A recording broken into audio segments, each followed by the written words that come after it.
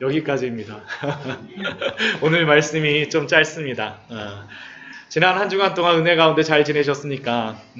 이 땅에서의 하나님의 통치하심, 천국을 누리며 지내셨습니까?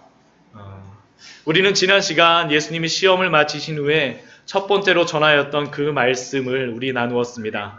회개하라, 천국이 가까이 왔느니라는 그러한 말씀이었습니다. 그리고 그 말씀을 통하여서 바로 예수님께서는 이 땅에 천국 복음을 전하기 시작하셨고 천국이 시작되었음을 선포하셨습니다. 그렇다면 천국은 어떤 곳이었습니까? 우리는 천국하면 내세의 천국만을 쉽게 떠올리지만 예수님이 선포하셨던 그 천국은 내세의 천국을 포함하여서 이 땅에서 하나님이 통치하시는 곳을 바로 천국이라고 이름을 우리는 배웠습니다. 그러면서 우리는 이 땅에 예수님이 선포하신 천국은 예수 그리스도가 왕으로 다스리는 나라, 또 예수 그리스도를 따르기 위하여서 자신의 것들을 포기하고 따르는 자들이 바로 예수님의 제자이자 천국의 백성임을, 또한 예수님이 그 천국을 이루고자 하셨던 그 땅은 다른 곳이 아니라 흑암에 앉은 백성들이 있는 곳, 사망의 땅이자 또한 그늘에 앉은 자들이 있는 곳이라는 것을 우리는 살펴보았습니다. 그리고 그러한 흑암에 앉은 자, 사망의 땅에 있는 자, 그늘에 그 앉은 자들을 위하여서 예수님은 그들을 천국의 백성으로 만드시고자 그 주권을 행사하시기 위하여서 천국 복음을 가르치시고 천국 복음을 전파하시고 천국 복음의 그러한 능력으로 고치심으로 말미암아 천국을 이룬다라는 것을 우리는 지난 시간에 말씀을 통하여서 우리는 보았습니다. 우리가 이러한 말씀들을 살펴보았지만 마태복음의 주제를 무엇으로 이야기할까 많은 것들로 이야기할 수 있지만 마태복음의 주제를 어떤 한 가지의 주제로 다 이야기한다면 천국이라는 것으로서 우리가 이야기할 수 있을 것 같습니다. 특별히 이 마태복음의 첫 번째 제자 마태가 이 마태복음을 적으면서 첫 번째 독자이자 대상으로 염두에 두었던 그러한 사람들은 바로 유대인들, 이스라엘 사람들이었습니다. 우리는 마태복음 1장만 보아도 족보를 시작함에 앞서서 아브라함과 다윗의 자손 예수 그리스도의 세계라는 것을 말씀하여 주시므로 구약 성경에 약속한 메시아 그리스도임을 알림으로 시작하고 있습니다. 이것은 다른 것이 아니라 유대인들, 이스라엘 사람들에게 조금 더 집중하여서 마태가 이 마태복음을 적었다는 것을 우리에게 알려줍니다. 그런데 이 마태가 마태복음을 통하여서 천국이 어떤 곳인가라는 것을 알려주고자 합니다. 우리가 그 세례요한의 그러한 설교를 통하여서도 보았었고 예수님의 첫 번째 그런 외침을 통하여서도 설교를 통하여서도 보았었지만 회개하라 천국이 가까이 왔느니라, 이 천국이라고 하는 것이 마태가 유대인들에게 알려주고자 하는 아주 중요한 그러한 주제였습니다. 왜냐하면 이 유대인들, 이스라엘 사람들은 이 천국에 대한 잘못된 생각들, 잘못된 이해들을 갖고 있었기 때문입니다. 그들은 예수님을 십자가에 못 박은 자들이었습니다. 예수님을 배척하였고 예수님을 십자가에 못 박았습니다. 왜 그들이 예수님을 십자가에 못 박고 예수님을 배척하였을까요? 그것은 그들의 근본적으로 그들이 그렇게 행동한 그러한 이유는 그 생각의 기저에 천국에 대한 잘못된 생각들이 있었기 때문입니다. 그들은 그리스도 메시아가 오시면 자신들을 압제하고 있는 여러 이방 나라들, 특별히 2000년 전에는 로마였었죠. 그 로마를 심판하고 그들을 구원할 것이라고 생각하고 기대하였습니다. 그리고 그리스도가 이방 나라를 심판하고 그들을 구원하여 준 그 나라가 바로 천국이라고 그들은 생각하였습니다.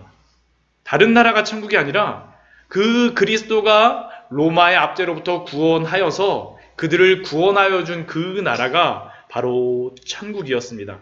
그런데 예수님은 이 땅에 어떻게 오셨습니까? 전쟁을 하여서 그들을 구원하시기 위해서 오신 것이 아니라 하나님의 영적인 통치, 죄와 허물로 죽어있는 자들을 살리심으로 새로운 백성을 창조하심으로 천국을 이루고자 하셨습니다. 그런데 이스라엘 사람들은 이것을 이해하지 못하였습니다. 그렇다고 하면 이 사람들, 이 천국을 제대로 이해하지 못하는 이 사람들을 어떻게 천국 백성으로 만들 수 있을까요? 그것은 바로 가르침을 통해 있습니다. 가르침. 천국이 어떤 곳인지, 천국 백성은 어떠한 사람들인지를 가르쳐 주심으로 예수님은 천국의 백성, 천국을 이루고자 하셨습니다. 그리고 그것을 바로 말씀하신 말씀이 어떤 말씀이냐면 바로 오늘서부터 저희가 보고자 하는 이 산상수훈의 말씀입니다. 오늘은 특별히 이 산상수훈의 말씀에 많은 부분도 있지만 그 본문의 깊이까지는 들어가지 않고 산상수훈의 어떤 배경적인 그러한 부분들과 산상수훈의 전반적인 그러한 내용들이 무엇인가에 대하여서 여러분들과 같이 말씀을 나누려고 합니다. 1절 말씀을 보면 예수님께서 무리를 보시고 산에 올라가 앉으시니 제자들이 나와왔다라고 기록되어 있습니다. 앞에 있는 이 사진은 산상수훈의 말씀을 예수님이 전하셨다라고 하는 것을 기념한 그러한 기념교회입니다. 팔복교회라고 합니다.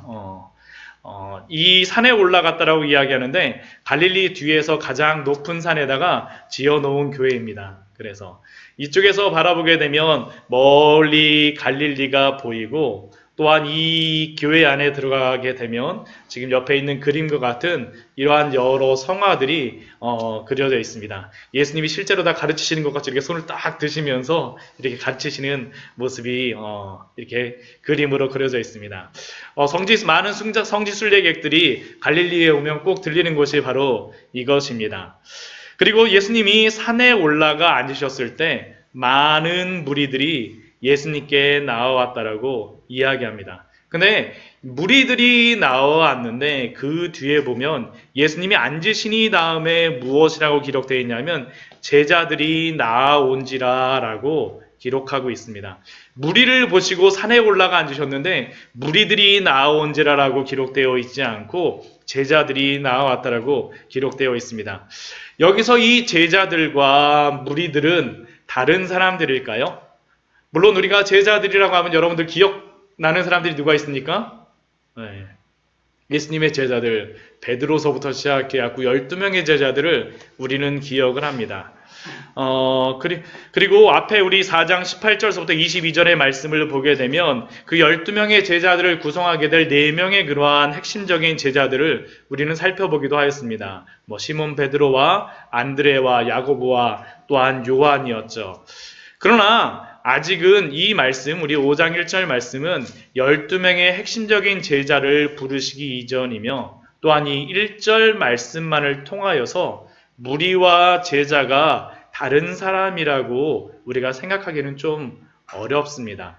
그리고 이 무리와 제자들을 완전히 다른 사람이라기보다는 산상수훈의 그 팔복의 말씀, 이 산상수훈의 말씀과 평행 본문인 누가복음 말씀에 보게 되면 이렇게 기록되어 있습니다. 예수께서 눈을 들어 제자들을 보시고 이르시되, 아예 무리는 나와 있지 않습니다. 제자들을 보고 이르시되, 즉 이 1절 말씀에서는 무리를 제자로서 바꾸어서 기록하고 있는 것입니다. 그러니까 무리와 제자가 틀린 것이 아니라 무리를 보시고 앉으시고 난 다음에 그들이 나올 때 그들을 제자로서 여긴 겁니다. 왜 이렇게 했겠습니까? 그것은 다른 것이 아니라 예수님의 말씀을 들은 그 무리들이 바로 이제 제자들이 될 것이기 때문입니다. 앞에서 우리는 제자들의 특성을 그물을 던지다가 예수님이 부르시자 그 그물 던지는 것을 멈추고 예수님을 따랐었고, 아버지와 그물을 깁다가도 예수님이 부르시자 배와 그물을 버려두고 따른 것처럼 이 무리들도 예수님의 말씀을 듣고 나서 이 산상수훈의 말씀을 듣고 천국 백성으로 변모될 것을 1절 말씀을 통하여서 우리에게 알려주신 겁니다. 그렇다면 이 산상수훈의 말씀이 어떤 내용이기에 무리들이 제자로 변모되어지고 천국 백성으로 준비될까요? 우리 이 산상수훈의 말씀을 처음에 설명드리면서, 제가 앞부분에 설명드리면서 이스라엘 사람들의 잘못된 그러한 천국관을 바로잡기 위하여서 전한 말씀이라고 말씀드렸는데, 이 산상수훈 말씀을 본격적으로 보기 전에 이것을 이해하는 것이 우리에게 중요합니다. 무리들이 제자로 변하기 위하여서 첫 번째로 그들에게 필요한 것이 다른 것이 아니라 천국 백성으로서 지킬 어떠한 기준이 필요했다라는 겁니다. 헌법과 같은 천국 백성의 헌법, 헌장이 필요합니다. 이것과 유사한 그러한 구약의 그러한 내용이 있는데, 그것이 바로 출애굽기의 그러한 말씀입니다. 지난주에도 제가 잠깐 말씀드렸었지만, 출애굽기 14장 말씀을 보게 되면 이스라엘 백성을 애굽에서 완전히 구원하시는 그러한 내용이 나옵니다. 10가지 재앙을 통하여서 애굽의 그러한 모든 애굽으로부터 구원을 하시고, 또한 홍해를 건너시게 함으로 말미암아 완전히 애굽으로부터 벗어나게 하시는 그러한 모습입니다. 그리고 그 이스라엘 백성들을 출애굽기 19장에 보면 그들을 시내산으로 데리고 오십니다.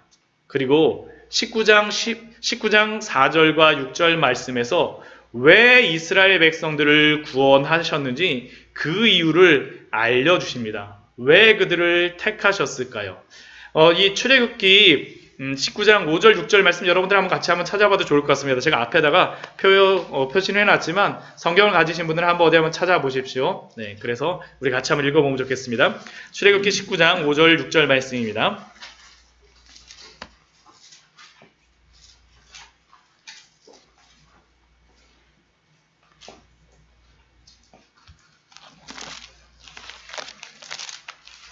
출애굽기 19장 5절 6절 말씀입니다. 제가 가진 성경으로는 구약성경 111페이지입니다.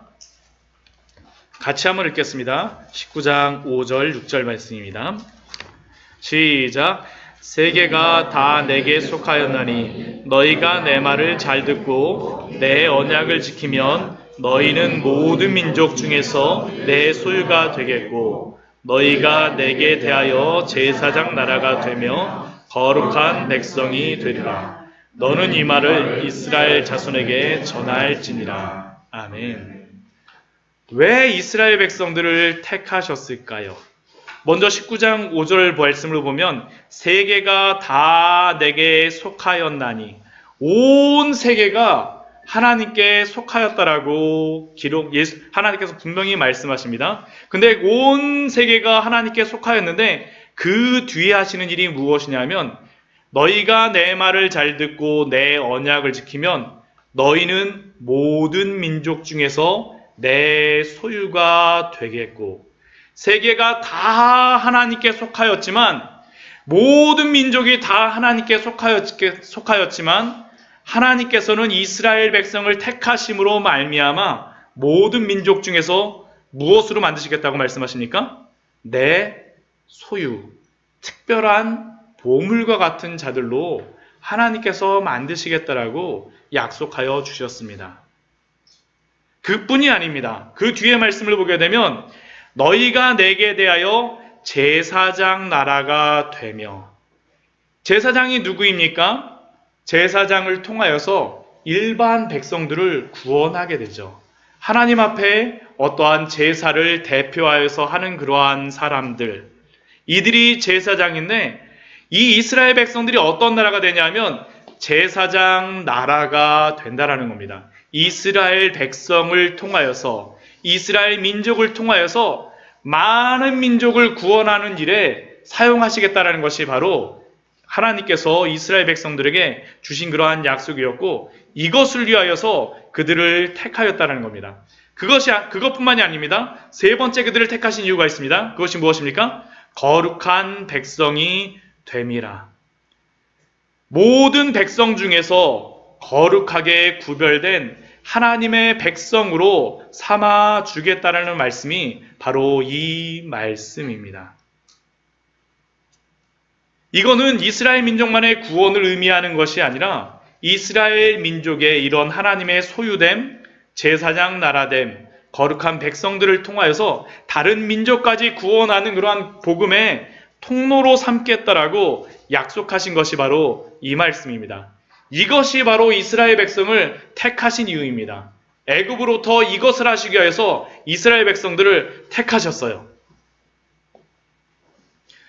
그런데 이렇게 만들기 위하여서 하나님의 소유, 제사장 나라, 거룩한 백성이 되기 위하여서 필요한 것이 무엇일까요? 19장 5절 전반부에 보면 그것을 이야기하고 있습니다. 그것이 무엇입니까? 너희가 내 말을 잘 듣고 내 언약을 지키며, 하나님의 말과 언약을 지키는 것이 필요합니다. 이러한 사람들이 바로 그 하나님의 소유며 제사장 나라며 거룩한 백성이 된다는 겁니다. 하나님의 말을 지킴으로 잘 듣고 언약을 지킴으로 말미암아 하나님의 백성들로서의 그러한 삶의 태도를 드러내게 하겠다는 것이 바로 이 말씀입니다. 그러면 이 내 말과 내 언약이 무엇일까요? 바로 출애굽기 20장 말씀을 보면 딱 우리 3절 말씀, 우리 20장 3절 말씀 한번 보도록 할까요? 20장 3절 말씀입니다. 같이 한번 읽어보겠습니다. 자, 시작.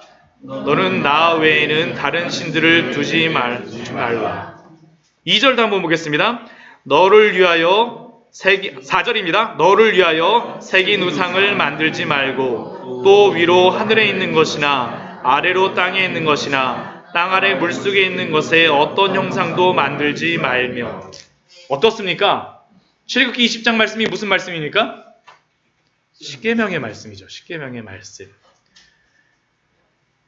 내 소유, 제사장 나라, 거룩한 백성으로 만들기 위하여서 내 말, 내 언약을 잘 지키게 하겠다는데 그 내 말과 내 언약은 바로 하나님이 주신 십계명과 그 뒤에 20장 이후의 말씀에 보게 되면 하나님께서 법규를 주십니다. 율법을 주시는 겁니다. 이것을 통하여서 이스라엘 백성들을 하나님의 백성, 천국 백성으로 삼는 그러한 기준과 법으로서 이들에게 주셨던 겁니다. 그런데 문제가 무엇이었습니까? 하나님께서 이 율법을 주셨는데 우리가 아는 바와 같이 이스라엘 백성들이 이 율법의 의미를 곡해하고 또한 잘못 이해함으로 말미암아서 천국 백성으로 살지 못하였습니다. 모든 민족 중에서 하나님의 소유와 제사장 나라와 거룩한 백성으로 살아내지 못한 겁니다. 그래서 결국 그들은 나라를 잃고 가나안 땅에서 쫓겨나고 다른 나라의 종으로 살았습니다. 그렇기에 예수님이 처음으로 오셔서 해야 될 일이 무엇일까요? 그것은 바로 이 하나님의 말씀을 다시 회복하는 겁니다. 하나님의 어떠한 말씀, 기준, 십계명과 같은 그러한 하나님의 법을 다시 한번 그들에게 알려주고 그들을 다시 천국 백성으로서 이렇게 살아가라라고 기준을 제시하는 것이 필요하였습니다. 그것이 바로 오늘 우리가 이제 앞으로 보게 될 산상수훈의 말씀입니다. 그런데 예수님께서 이 산상수훈의 말씀을 주셨음에도 불구하고 오늘날도 이 산상수훈의 말씀을 잘못 이해하는 그러한 일들이 사실 굉장히 많았었습니다. 여러분들이 산상수훈의 말씀 한 번쯤은 대부분 다 읽어보셨죠? 마태복음 5장에서 7장까지의 말씀. 마태복음 저희가 읽는다면 마태복음 1장 족보만 잘 넘어가게 되면 이 5장서부터 7장의 말씀은 읽을 수 있습니다. 족보만 어떻게 넘기면 돼요. 이 말씀은 한 번쯤은 아마 여러분들 성경을 읽는다라고 하셨으면 한 번쯤은 읽어보셨을 것입니다. 그런데 이 산상수훈의 말씀을 읽으면서 우리가 잘못 이해하는 경우가 있었습니다. 역사적으로 실제로 다 그러한 부분들이 있었어요. 첫 번째, 이 산상수훈의 말씀을 읽고 사회를 변화시키기 위해 주신 말씀으로 사람들이 이해하였었습니다. 이것은 자유주의 신학자들에게 일어났던 그러한 현상으로 우리나라에서도 민중복음을 외쳤던 그러한 분들이 가지셨던 그러한 생각이라고 할 수 있습니다. 자유주의 신학을 이야기하니까 신학 너무 어려운데 뭐 자유주의 신학이 뭐야 뭐 그렇게 생각하실지 모르겠는데 자유주의 신학이 무엇이냐 하면 계몽주의 이래로 사람들이 교회를 많이 떠나게 되어졌습니다. 그런데 그 떠난 사람들을 다시 교회로 불러들이기 위해서 일어났던 신학사조가 바로 이 자유주의 신학입니다. 쉽게 말하면 계몽주의는 이성주의라고 할 수 있습니다. 이성주의. 사람들은 18세기 계몽주의가 시작되면서 이성으로서 모든 것을 다 할 수 있다라고 생각하였습니다. 특별히 산업혁명이 시작되고 과학이 급속도로 막 발전하고 인문학도 발전하고 하면서 그들은 자신들의 이성으로 판단하여서 정말 우리가 교회를 가는 것이 옳을까 그럴까라는 생각을 하였습니다. 그런데 교회를 가서 그 목사님의 말씀을 듣다 보니까 그들이 과학 시간에 배웠던, 과학이 발달하면서 그들의 이성으로 판단하였던, 그리고 또 그들이 여러 가지 책을 읽으면서 인문학이 발달하면서 문학적인 그러한 분석하는 그러한 것으로서 말씀들을 읽어보니까 그 말씀들이 이해가 되지 않는 그러한 말씀들이 너무나도 많았어요. 쉽게 얘기하면 이러한 거죠. 우리가 출애굽기 말씀해 보게 되면 가장 오늘도 제가 방금 전에 말씀드렸지만 홍해를 가르치는 그러한 사건, 여러분들 믿어지십니까? 우리가 세숫대야를 갖다 놓고 나서도 물을 가르려면 여러분들 되세요? 갈라져라 이렇게 딱 하면 되십니까? 안 돼요. 더군다나 이 사람들은 마리아가 예수님을 태어난다는 데 결혼도 하지 않고 동정녀의 몸으로 예수님이 태어난다라고 하는 그러한 사실들 믿을 수가 없었습니다. 믿을 수가 없었어요. 그래서 목사님이 교회에서 전하는 이러한 말씀들을 가지고 그들은 머릿속으로 생각하기 시작했습니다. 아, 저거는 뭔가 이상한데? 과학적으로 맞지 않아. 의학적으로 보니까 어떻게 동정녀 탄생이 있을 수가 있지? 어떻게 물이 갈라지지? 도저히 그들의 생각으로는 교회에서 목사님들이 가르치는 그러한 말씀들, 또한 성경에 있는 그러한 말씀들이 그들의 마음속에 잊어지지 않았었고, 그러므로 말미암아 계몽주의를 거치면서 많은 사람들이 교회를 떠나가기 시작했습니다. 교회를 떠나가기 시작했어요. 그런데 이러한 떠나는 그러한 사람들을 보면서 이 한 무리의 신학자들이 고민을 하기 시작했습니다. 어떻게 떠나가는 이 사람들을 다시 교회로 불러들일 수 있을까? 어떻게 하면 그들을 교회로 불러들일 수 있겠습니까? 당장 우리 교회에 부흥하기도 힘든데, 그것도 힘든데요. 그렇죠. 어떻게 저희 지금으로부터 한 200년 전 그 사람들을 어떻게 교회로 다 불러들일 수 있을지 우리가 사실은 상상하기가 굉장히 힘듭니다. 근데 이때 그 신학자들, 사실 굉장히 깨어있는 사람들이었어요. 그들이 생각하였던 건 무엇이냐면 이들이 이해할 수 있는 방법으로 성경을 가르치자라는 것이었습니다. 이들이 이해할 수 있는 방법으로. 그래서 그들은 성경에서 기적적인 그러한 것들은 잘라내기 시작했습니다. 동정녀의 그러한 사건들, 이거는 성경에서 이건 일어날 수가 없는 일이야. 이건 믿을 수가 없는 거야. 그래서 이거는 우리가 읽지 않아도 돼. 딱 잘라내고. 홍해를 가르는 사건도 어떻습니까? 여러분들 믿어지십니까? 믿어지면 여러분들 믿을 수 있어요. 그렇지? 안 믿어지면 어떻게 됩니까? 잘라내는 겁니다. 그러다 보니까 성경의 많은 것들을 막 이렇게 막 잘라내다 보니까 어떤 신학자는 이렇게 다 잘라내고 나서 유일하게 남은 말씀이 뭐였는지 아십니까? 산상수훈의 말씀이었습니다. 산상수훈의 말씀. 여기에는 어떻습니까? 산상수훈의 말씀을 보니까 여러분들 한번 읽어보셨으면 기적이 하나도 없어요. 기적이 없습니다. 기적이 없습니다. 이거를 지키면 되겠구나. 앞에 보면 천국이 나왔잖아요. 그렇죠? 이것을 지키면, 이 산상수훈의 말씀을 지키면, 제가 아까도 천국에 대해서 말씀드렸었는데 예수님이 이 말씀을 한 것은 이 말씀을 지키게 되면 천국이 올 수 있겠구나 생각하고 나서 사람들에게 이 산상수훈의 말씀을 가르치기 시작했습니다. 그리고 이 산상수훈의 말씀을 지킴으로 말미암아 이 땅에 천국이 올 것이라고 생각하였습니다. 정말 우리가 이 말씀을 잘 보게 되면 천국이 올 것 같아요. 그렇죠? 심령이 가난하고 애통하고 막 온유하고 막 온유해지고 그러면 천국 올 것 같잖아요. 그렇죠? 욕심 부리지 않고 의에 줄이고 목마르고 긍휼히 여기고 불쌍한 사람들 다 긍휼히 여겨주고 교회에서 그런 일을 막 하고 그러면 천국 올 것 같지 않습니까? 근데 문제는 무엇이냐면 이 산상수훈의 말씀을 이렇게 지킴으로 말미암아서 천국을 오게 하겠다라고 그들이 생각하였는데 산상수훈의 말씀을 지키려고 하다 보니까 쉽지가 않다라는 겁니다. 정말 쉽지가 않아요. 우리 오늘 산상수훈 말씀, 우리 5장 29절 말씀 한번 볼까요? 여러분들? 산상수훈 우리 5장 29절 말씀 한번 보겠습니다. 28절, 29절 말씀 한번 보겠습니다. 자, 같이 5장 28절 마태복음입니다. 마태복음 5장 28절, 29절입니다. 같이 읽겠습니다. 시작! 나는 너희에게 이르노니 음욕을 품고 여자를 보는 자마다 마음에 이미 간음하였느니라. 만일 내 오른 눈이 너로 실족하게 하거든 빼어내버리라. 내 백체 중 하나가 없어지고 온몸이 지옥에 던져지지 않는 것이 유익하며. 여러분들 어떠십니까? 천국 들어가실 수 있으시겠어요?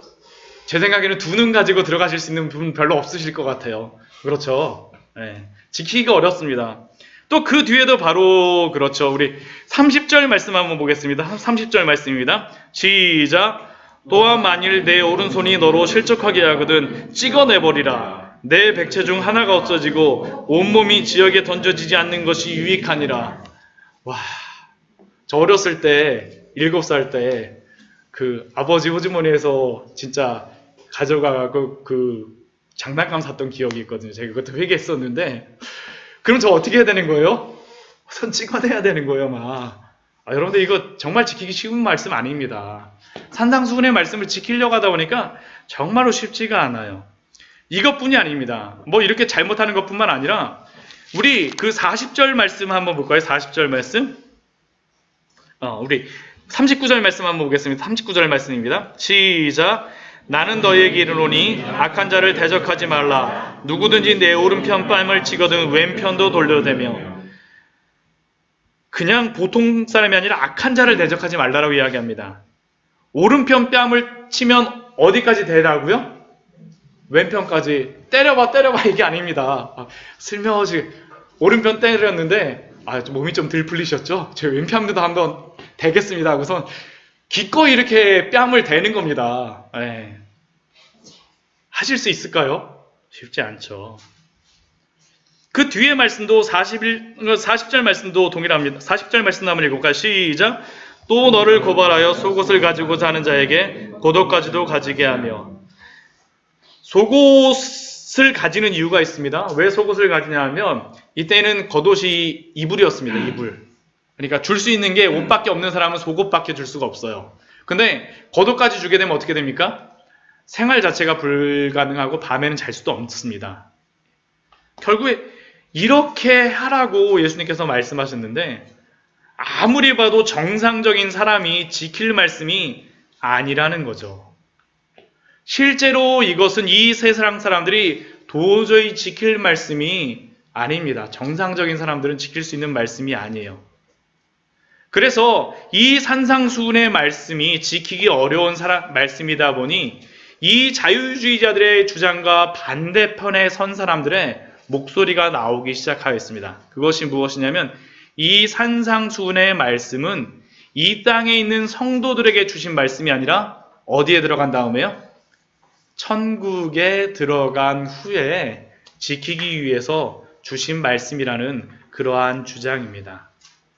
이것은 세대주의라고 하는 신학관을 가진 사람들의 주장으로 우리 주변에서도 사실은 이 산상수훈의 말씀을 지키기가 어렵기 때문에 이렇게 우리가 이해하는 그러한 분들도 있습니다. 그런데 만약 이 산상수훈의 말씀을 천국에 들어간 후에 지키기 위하여서 주셨다라고 하면, 만약 그렇다라고 하면 문제가 무엇입니까? 이 산상수훈의 말씀이 이 마태복음에만 기록되어져 있는 것이 아니라 이 산상수훈의 말씀이 서신서에 이렇게 비교해서 보다 보면 이 말씀들이 곳곳에 그 서신서에 사도 바울이 썼던 그런 편지들에 곳곳에 들어가 있습니다. 그렇다면 어떻게 됩니까?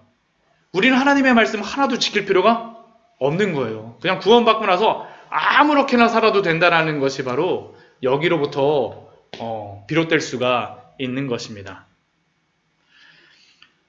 우리가 정말로 천국 백성으로 하나님의 뜻대로 살고자 하는 사람들이 산상수훈의 이 말씀, 어떻게 보면 거룩하게 살고자 하는 이 말씀과 떨어질 수 없다라는 것 또한 사실입니다. 그래서 이 산상수훈의 말씀을 바르게 이해하고 우리에게 이 말씀을 적용하기 위해서 우리가 먼저 이해가 필요한 부분이 있습니다. 그것이 무엇이냐면 팔복이 왜 이 앞에 쓰여졌나라는 것입니다. 단순히 그냥 우리가 아까 우리가 읽었던 것 같이 눈을 빼버리고 손을 잘라버리는 것으로서 이야기하는 것이 아니라 팔복의 그러한 복들에 대하여서 예수님께서 왜 먼저 말씀하여 주시고 이 뒤에 이것이 나왔는지를 이해하여야만 천국 백성으로서 살아갈 수 있는 그러한 이유를 알 수 있습니다.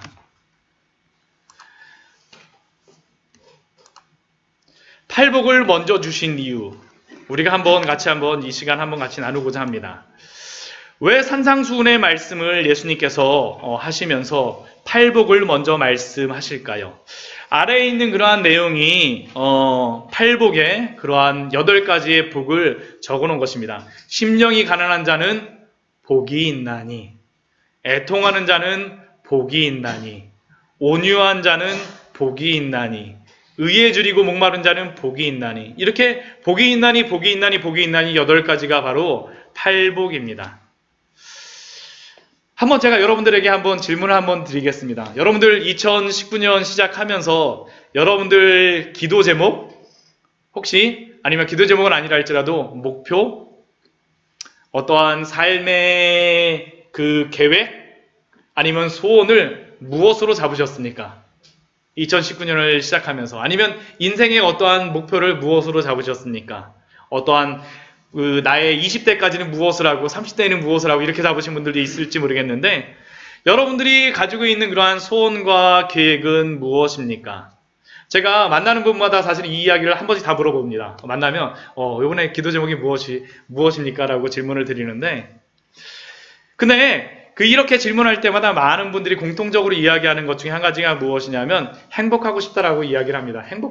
이번 올해는 정말 행복했으면 좋겠어요. 학생들도 행복하게 학교 생활했으면 좋겠고 직장인들은 직장에서 행복하게 직장 생활했으면 좋겠고 사업을 하시는 분들은 사업을 하면서 행복했으면 좋겠고 가정의 평화, 피스, 평화가 있기를 구하시는 분들도 있다라고 이야기도 합니다. 아무튼 우리가 이러한 이야기들을 질문하게 되면 행복이라고 직접 말씀하시진 않지만 여러 가지 기도 제목이라던가 우리가 이런 이야기를 나누다 보면 여러 가지 복으로 이야기는 하지 않지만 다른 것으로서 답변하기도 합니다. 친구 문제로 고민하고 있는 분들은 좋은 친구를 만나면 좋겠다라고 생각을 하고 사업으로 고민이신 분들은 새로운 사업의 길이 활짝 열렸으면 아니면 기존 사업이 잘 되었으면 자녀의 문제가 있으신 분들은 자녀 문제로 저 같은 경우는 이번에 이제 고3 딸을 두다 보니까 올해 좀 좋은 결과 있었으면 좋겠다라는 게 또한 저의 마음속에 또한 바람 중에 하나입니다. 또한 취업 문제를 고민하고 있는 청년들은 취업의 그러한 문제로 결혼을 앞둔 청년들은 좋은 배우자를 만나는 것으로 직장을 구하시는 분들은 좋은 직장을 구하는 것으로 이러한 것들이 채워졌으면 좋겠다라고 우리는 기도하고 이야기합니다. 그런데 이렇게 우리가 이러한 것들에 대해서 이야기할 때 그 마음 한켠에 있는 것이 무엇입니까? 이러한 것들이 이루어진다면, 이러한 것들이 채워진다면 행복해질 것이다라고 여러분들은 생각하기 때문에 이러한 것들을 여러분들의 어떤 행복 리스트, 기도 제목 리스트에 두고 있지는 않습니까? 그런데 우리의 최고의 선지자이자 최고의 선생이신 예수님은 자신들에게 온 무리들 그리고 제자로 온 사람들을 향하여서 최고로 복된 것은 바로 밑에 앞에 적혀 있는 8가지라고 말씀하십니다. 이 8가지가 여러분들의 행복 리스트 안에 들어가 있습니까?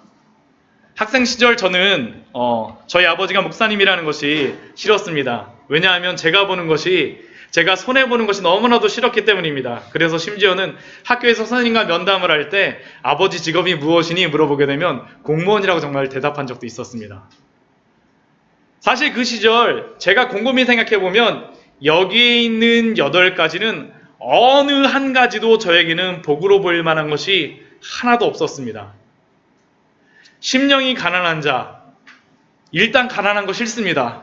일단 가난한 거 싫어요. 가난한 거 누가 좋아합니까? 그렇죠? 일단 가난한 거 싫습니다. 애통하는 자, 즐겁고 기쁜 것이 좋지 무슨 애통이에요. 나는 기쁘게 살았으면 좋겠다. 친구들이랑 즐겁게 놀고. 온유한 자는 겸손한 자인데 겸손하기보다는 저는 항상 이기고 싶었습니다. 제가 저희 아버지가 목사님인 걸 이야기하지 않았던 게 제가 지기 싫어서 그런 겁니다. 지기 싫어갖고 항상 이기고 싶었습니다. 온유하고 싶지 않았어요. 온유한 것 대신에 좀 이길 수 있는 힘, 그런 게 있었으면 좋았습니다. 의해지리고 목마른 자. 일단 배고프면 우울해요. 목마르면 너무 힘들고요. 그렇죠. 일단 배고프고 목마른 거 싫습니다. 긍휼히 여기는 자. 때로는 긍휼히 여기고 싶습니다. 때로는 긍휼히 여기고 싶은 마음이 그때 솔직히 지금 제가 이 설교를 하면서 저를 곰곰이 한번 생각해 봤어요. 긍휼히 여기고 싶은 그러한 마음들이 때때로 있었습니다. 근데 그 긍휼히 여기는 그러한 마음의 그러한 생각은 무엇이었었냐면 내가 잘난 것, 내가 힘이 있어갖고 좀 봐주는 느낌에서의 그러한 긍휼히 여김이지 진짜 긍휼히 여기고 싶은 마음은 요만큼도 사실은 없었습니다. 마음이 청결한 자? 마음이 청결하면 좋기도 하지만 내가 이기기 위해서는 속여서라도 이기고 싶죠. 야구과 같이. 네. 화평하게 하는 자 좋은데 제가 여러분들에게 솔직히 말씀드리면 제가 동생이 3명 있었는데 어려운 살림, 목회자 살림에 어떻게든 많이 먹고 이기려고 하다 보니까 화평하기보다는 이기고 싶었어요. 많이 먹고. 의를 위하여 박해를 당하는 자. 박해가 아니라 손해를 이만큼도 보고 싶지 않았습니다. 사실 여기에 나오는 것은 제가 저의 어린 시절을 곰곰이 한번 생각해 보게 되면 그 기준에서는 저를 행복하게 하거나 즐겁게 하는 것, 복받았다라고 하는 것과는 사실은 굉장히 거리가 먼 그러한 것들이었습니다. 여러분들은 어떠신가요? 여러분들은 어떠신가요? 그런데 왜 이것이 팔복이고 왜 산상수훈 말씀에 가장 앞에 나올까요? 예수님은 이것을 통하여서 우리에게 참된 복이 무엇인가를 알려주시고 싶으셨습니다. 우리의 잘못된 생각들, 우리의 왜곡된 이기심들, 우리의 잘못된 복을 향한 그러한 생각들을 고쳐주시기 위해서였죠. 먼저 참된 복이라는 것을 이해하기 위해서는 복이 무엇인가라는 것을 우리는 알아야 됩니다. 무엇이 하나님의 백성들에게, 무엇이 예수님을 믿는 사람들에게, 천국 백성들에게 가장 큰 복일까요? 그것이 무엇이겠습니까? 천국을 누리는 겁니다. 천국을 사는 겁니다. 천국에 들어가는 겁니다.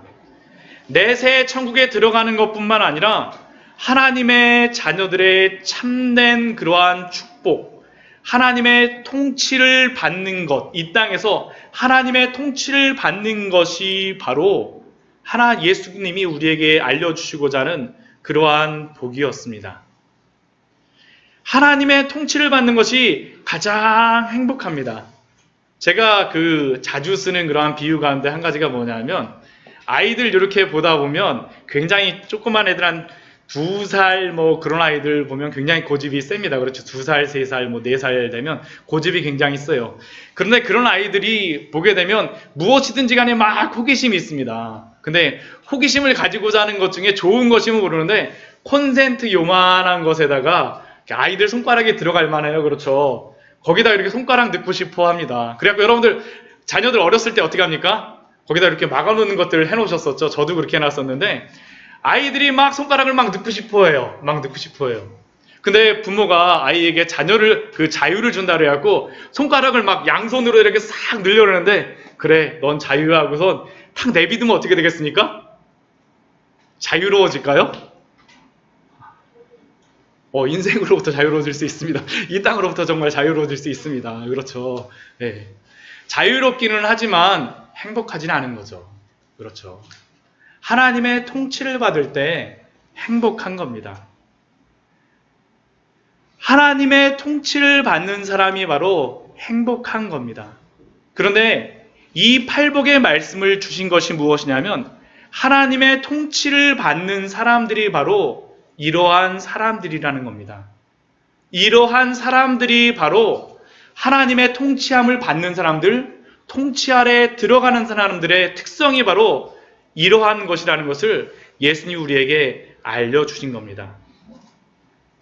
이러한 특징을 가지고 있을 수밖에 없어요. 예수님을 믿는 사람들, 천국 백성들은. 그냥 목사님에게만, 설교를 전하는 저에게만 드러나거나 아니면 우리 선교사님에게만 드러나거나 사모님, 장로님, 집사님, 권사님에게만, 믿음 좋은 분들에게만 드러나는 것이 아니라 천국을 사는 사람들, 하나님의 통치를 받는 사람들은 다 이런 특성들이 그 삶 속에서 드러나야 합니다. 이 팔복은 단순히 윤리체계나 그래서 도덕체계가 아닙니다. 이 팔복의 특성은 모두 연관되어져 있는 특성이 있습니다. 심령이 가난한 것만 따로 있고 애통한 것만 따로 있고 온유한 것만 따로 있는 것이 아니라 이 모든 것이 연관되어서 하나님의 참된 성도, 하나님의 참된 백성의 특성을 나타냅니다. 이것의 연관성을 여러분들에게 잠깐 같이 한번 나누도록 하겠습니다. 심령이 가난한 자가 누구겠습니까? 심령이 가난한 사람이 누굴까요? 그냥 가난한 사람일까요? 심령이 가난한 사람은 자신이 영적으로 죄와 허물로 죽어 있다는 것을 아는 사람입니다. 자신이 영적으로 파산한 것을 알고 있는 사람입니다. 그래서 자신이 자신의 힘으로 구원받을 수 없다는 것을 아는 사람입니다. 이 사람이 바로 심령이 가난한 사람입니다. 그런 사람이, 이 심령이 가난한 사람은 그 다음에 어떻게 행동할까요?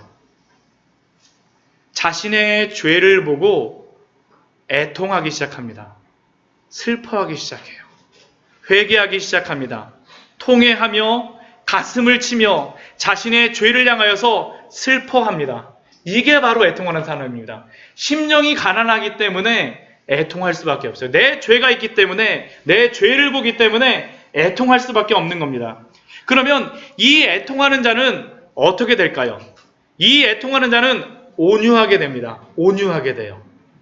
온유하다는 것은 다른 것이 아닙니다. 겸손하다는 것과 이것이 통하는 말인데, 온유하다는 것은 하나님 앞에서 완전히 낮아져서 이제는 내가 어찌할 수 없다라고 하나님 앞에 완전히 항복한 사람입니다.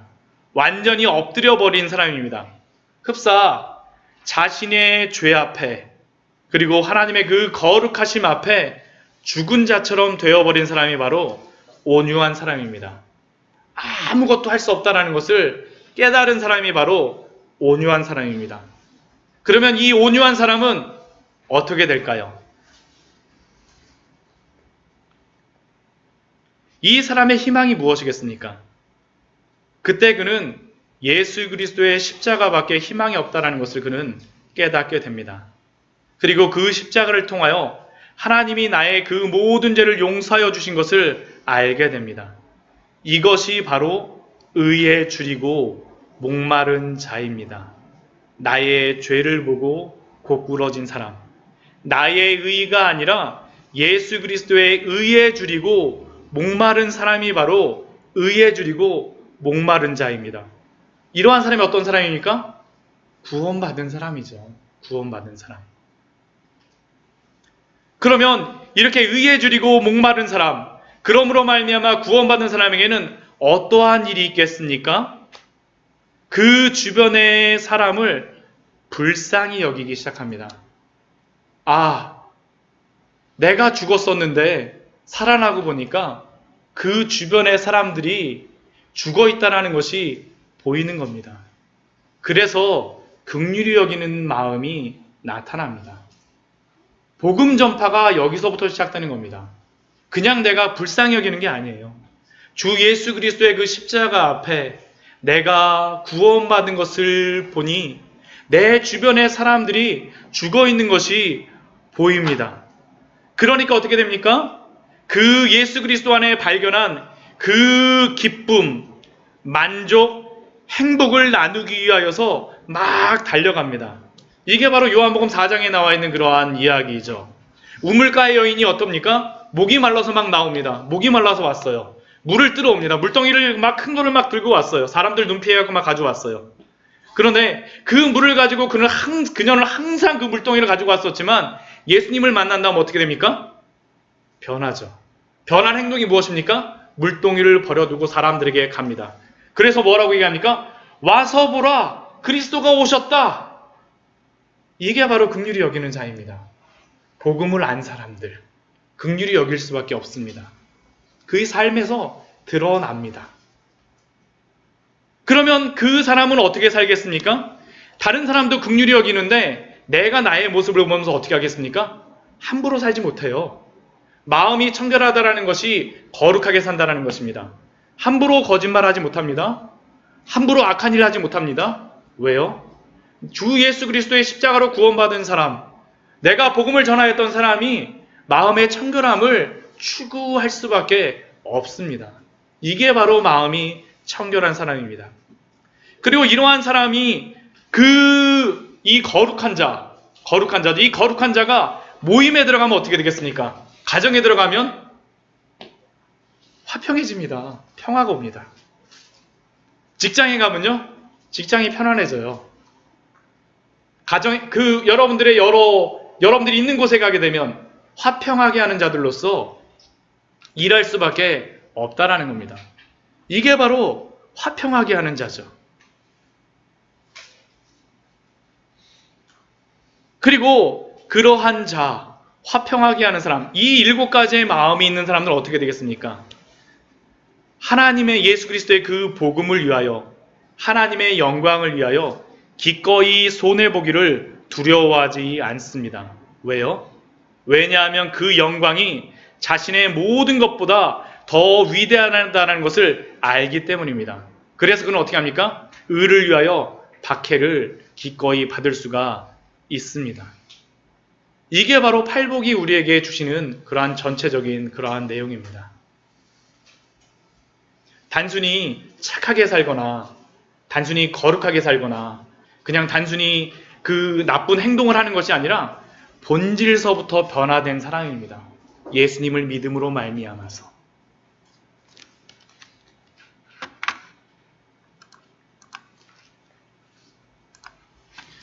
여러분들의 상태는 어떠십니까?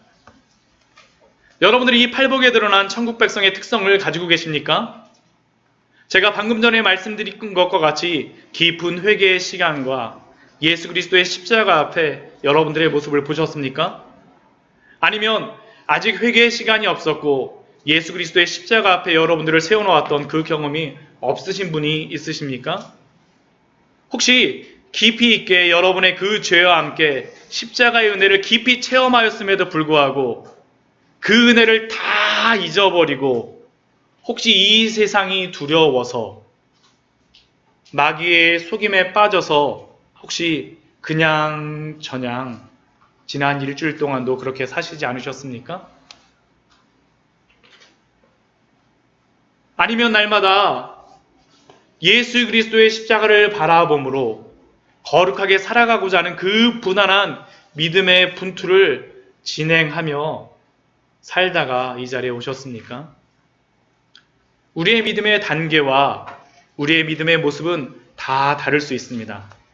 그러나 이 팔복에 드러난 이 참된 천국 백성의 특성은 모든 믿는 성도들에게 나올 수밖에 없습니다. 그리고 그러한 자들이 바로 이 산상수훈의 이후에 그러한 모든 말씀들을 지킬 수가 있는 자들입니다. 이 말씀은, 이 산상수훈의 말씀은 모든 사람에게 주신 말씀이 아니라 그래서 이렇게 팔복의 은혜를 누림으로 말미암아 완전히 변화되고 거룩하게 살고자 하는 그러한 성도에게 주신 말씀이 바로 이 말씀입니다. 말씀을 마무리하면서 여러분들에게 숙제를 한 가지 내드리겠습니다. 숙제가 한 가지 있습니다, 여러분들. 설교하면서 무슨 숙제냐 그러는데, 이제 다음 주부터 저희가 팔복을 시작으로 산상수훈의 말씀을 좀 더 깊이 있게 여러분들과 나눌 예정입니다. 집에 들어가셔갖고 이 산상수훈의 말씀을 한번 5장서부터 7장까지 한번 읽어보십시오. 그리고 이 팔복이라고 하는, 그냥 읽어보는 것도 좋지만 제가 방금 전에 말씀드린 것과 같은 이 팔복이라고 하는 이 스펙트럼을 가지고 산상수훈의 말씀을 한번 읽어보시면서 여러분들의 삶 속에서 어떠한지 여러분들을 한번 비춰보시기 바랍니다. 저는 이 산상수훈의 말씀을 통하여서 기도하기로는 저희 교회 온 광야의 샘 교회 성도들이 주 예수 그리스도의 그 십자가 앞에 참되게 회개하고 십자가를 경험하고 거룩하게 살아가고자 하는 일들, 그러한 역사가 일어나기를 계속 기도하고 있습니다. 저는 이 말씀을 여러분들과 나누기를 정말 마음속에 많이 소원하였습니다. 여러분들도 혹시 아직 이러한 은혜가 없다라고 실망하시지 마시고 정말 이 팔복의 참된 복을 누리기 위하여서 분투하시고 또한 기도하시고 준비하시는 그러한 한 주 우리 승리하는 우리 평안한 가운데 있는 그러한 한 주 보내시기를 축원드립니다. 같이 기도하도록 하겠습니다.